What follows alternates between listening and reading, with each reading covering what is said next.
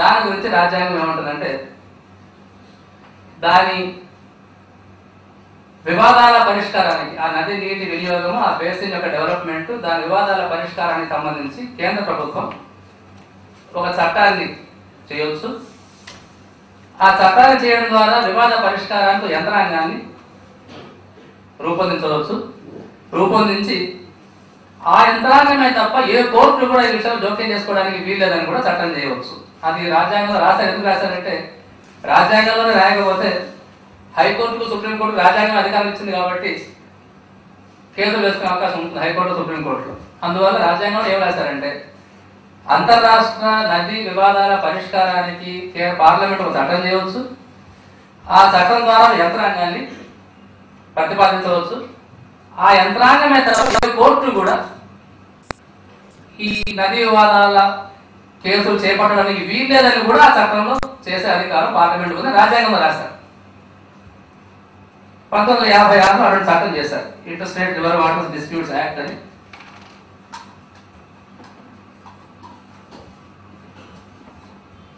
Inter state river water disputes act అనేది ఒకటి 1956లో parliament చేస్తుంది. నేను మొదట చెప్పినట్టుగా కొద్దిగా ఇప్పుడు ఉన్నటువంటి సమస్యలు అర్థం చేసుకోవడానికి అతను బ్యాక్గ్రౌండ్ చెప్తాను, విషయాలు చెప్తాను. కాబట్టి ఎవరికైనా బోర్ అనిపిస్తే నిర్మోహమాటంగా పక్క వాళ్ళు డిస్టర్బ్ చేయమని వెళ్ళిపోండి.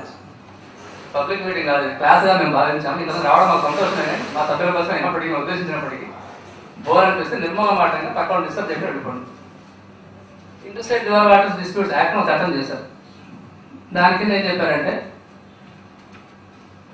ఏదైనా ఒక అంతర్రాష్ట్ర నదీ జలాల వినియోగానికి సంబంధించి సంబంధిత రాష్ట్రాల ఏ ఒక్క రాష్ట్రమైనా కూడా, వేరే రాష్ట్రాలు కాదు, సంబంధిత రాష్ట్రాలు అంటే ఏ రాష్ట్రాల్లో అయితే ఆ నది యొక్క క్యాచ్మెంట్ ఉందో ఆ నది పరివాహక ప్రాంతం అంటాం, దాని టెక్నికాలిటీస్ పక్కన పెట్టడం వస్తుంది.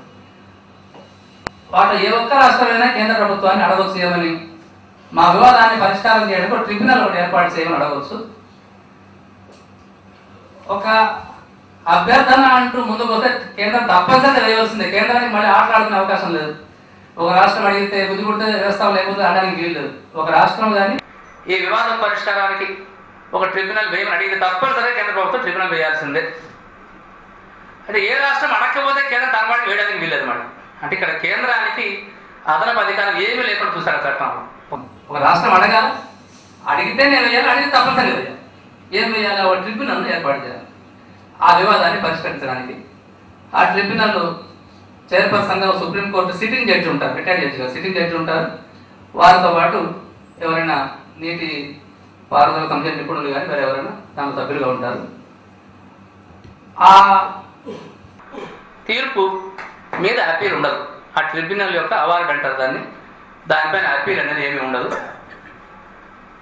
అంటే దాన్ని కరెక్టా తప్ప అని మన సుప్రీంకోర్టులో హైకోర్టులో కేసులు వేయడం అనేది ఆస్కారం ఉండదు ఆ ట్రిబ్యునల్ తీర్పు. ఎందుకంటే ఇది ప్రైవేట్ రంగాలు అయితే కోర్టులో 27-30 ఉన్నా ఏం ప్రాబ్లం లేదు. ఇవి కూడా అట్లే పెట్టాం అనుకోండి, సివిల్ సూట్లా ఉండిపోతాయి కోర్టులో, కొట్టుకుంటుంటారు లోపల. అది జరగకుండా ఉండాలనే ఉద్దేశంతో కోర్టులకు జోక్యం చేసుకునే అవకాశం ఏమీ ఇవ్వకుండా ట్రిబ్యునల్ ఏర్పాటు చేస్తారు. ట్రిబ్యునల్ తీర్పే అంతిమం అని చెప్పారు. ఇది అంతర్రాష్ట్ర నదులకు సంబంధించి కానీ ఒక రాష్ట్రంలో నది ప్రవేశించిన తర్వాత ఒక అంతర్రాష్ట్ర నది ఉంటుంది.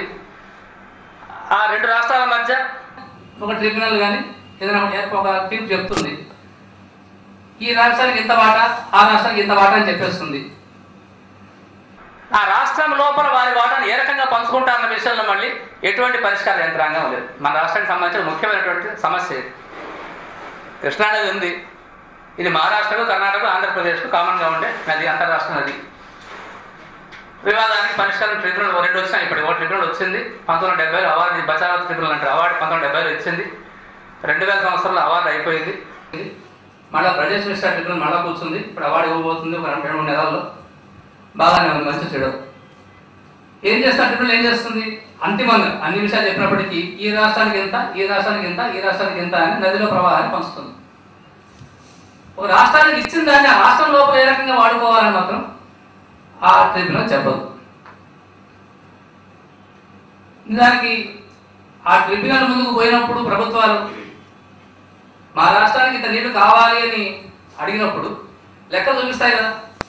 కాబట్టి వాళ్ళు ఏం చేస్తారు, మా రాష్ట్రంలో ఈ ప్రాజెక్ట్ మేము ప్రతిపాదించాలి, దానికి ఇంత నీళ్లు కావాలి, ఈ ప్రాజెక్ట్ ప్రతిపాదించడానికి ఇంత నీళ్ళు కావాలి లెక్కలు చూపి ఇంత అడుగుతారు. సరే ఒప్పుకుంటుంది అనుకోండి. ఒప్పుకున్న తర్వాత ఆ లెక్కల ప్రకారం దాన్ని పంచుకోవాల్సిన అవసరం లేదు. ఆ రాష్ట్రానికి ఏ రకంగా దాన్ని వాడుకోవచ్చు. ఇది ఒక ఈ అవగాహన లేకుండా ఆల్మట్టి మీద మనవాడు సుప్రీంకోర్టు ఆ రోజు మేము అనవసరంగా పోయావు సుప్రీంకోర్టు నువ్వు అని. కర్ణాటక కృష్ణా నదిలో తన వాటాను కోరినప్పుడు చూపించింది వేరు, అదే వాటిని వేరే రకంగా వాడుకుంటుంది అంటే వాళ్ళకి ఇచ్చిన వాట వాళ్ళు ఎట్లయినా వాడుకుంటారు. ఒక లాజిక్ కోసం ఆర్గ్యుమెంట్ కోసం ఒకటి చూపిస్తారు, తర్వాత పరిస్థితులు మారి వేరే రకంగా వాడుకోవచ్చు అని ఆ రోజు పథకం వ్యాసాలు రాజధాని చంద్రబాబు నాయుడు సుప్రీంకోర్టుకు పోయి లక్షలు ఖర్చు పెట్టి కేంద్రంలో వెనక్కి వచ్చాడు. సుప్రీంకోర్టు కూడా చెప్పింది ఒకసారి కేటాయించిన తర్వాత ఆ రాష్ట్రం ఏ రకంగా వాడుకోవచ్చు, వాళ్ళ హక్కు, ఆ నీళ్లు వాడాలి, అంతవరకు బాగానే ఉంది. కానీ రాష్ట్రం లోపల దాన్ని ఏ రకంగా వాడుకోవాలన్న వివాదానికి ఏ పరిష్కారం రాజ్యాంగంలో లేదు, చట్టాల్లో లేదు. అది దేని దారితీస్తుంది అంటే వివాదం మొత్తం రాజకీయం కావడానికి దారితీస్తాం. న్యాయబద్ధమైనటువంటి పరిష్కారాన్ని చూపించే మార్గం ఏదైనా రాజ్యాంగంలో ఉన్నా చట్టాల్లో ఉన్నా బాగుండేది. అది లేకపోవడం పూర్తిగా రాజకీయంగానే ఆ పరిష్కారం ఉంటుంది.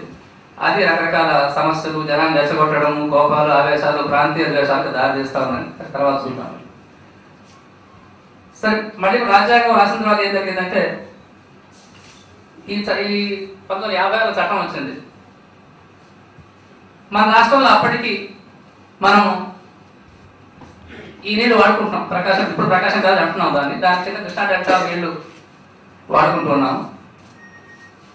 దాదాపుగా కేంద్రంలో ఆ చట్టం 1950లో చట్టం చేయడము, దాని గురించి అధిక ఆంధ్ర రాష్ట్రాల్లో అవగాహన పెరగడం, ఆ ప్రాసెస్ ద్వారా మనము ఎగువ నాగార్జున సాగర్ ప్రాజెక్టు కూడా ప్రతిపాదన చేసుకున్నాం.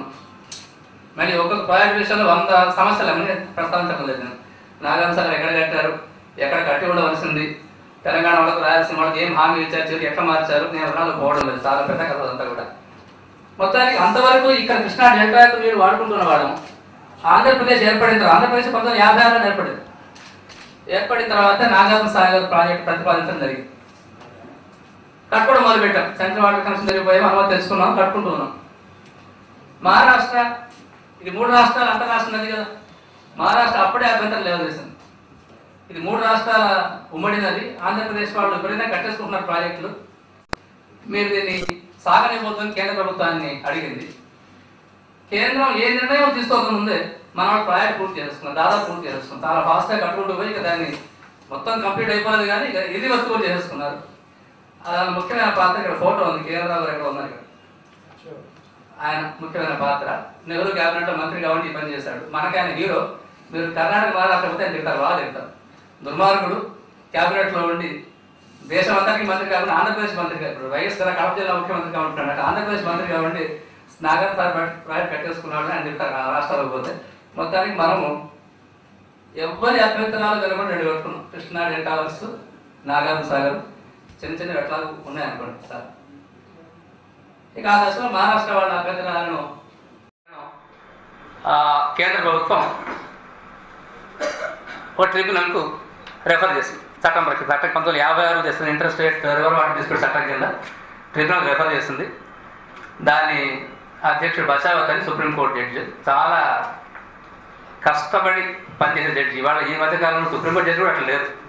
మీరు కానీ ఆయన అవార్డు చదివితే ఎంత కష్టపడాడు అర్థమవుతుంది. చాలా కష్టపడే పనిచేసే అలవాటున జడ్జి ఆయన బచావత్ అని. ఆయన చైర్మన్గా ఒక ట్రిబ్యునల్ వేశారు. అదే సమయంలో గోదావరి కూడా, గోదావరి మనకు, ఒరిస్సాకు, మధ్యప్రదేశ్కు, మహారాష్ట్రకు ఉమ్మడి నది, ఇంటర్ స్టేట్ గవర్నమెంట్. దానికి 2 నదుల్లో కూడా మళ్ళీ చెప్తాను విషయం. నీళ్ళన్నీ వాడే మనకు కావు, మనం వాడుకుంటాం. వాడకం మనకి ఎక్కువ, ఎందుకంటే దిగువ ఉన్నాం కాబట్టి. ఎక్కువ నీళ్ళు అక్కడ పడే వర్షాలే. ఇప్పుడు ఇవాళ ఇంకా మనకి శ్రీరామ్ సాగర్ నీళ్ళు రాలేదు, శ్రీశైలంకి రాలేదు అంటే అక్కడ వర్షం ఇంకా పడలేదు ఈ సంవత్సరం. పడమటి కనుమలో వర్షం బాగా పడితే మనకు నీళ్ళు లేకపోయినా కృష్ణా నీళ్ళు ఉంటే, గోదావరి నీళ్ళు ఉంటే మనం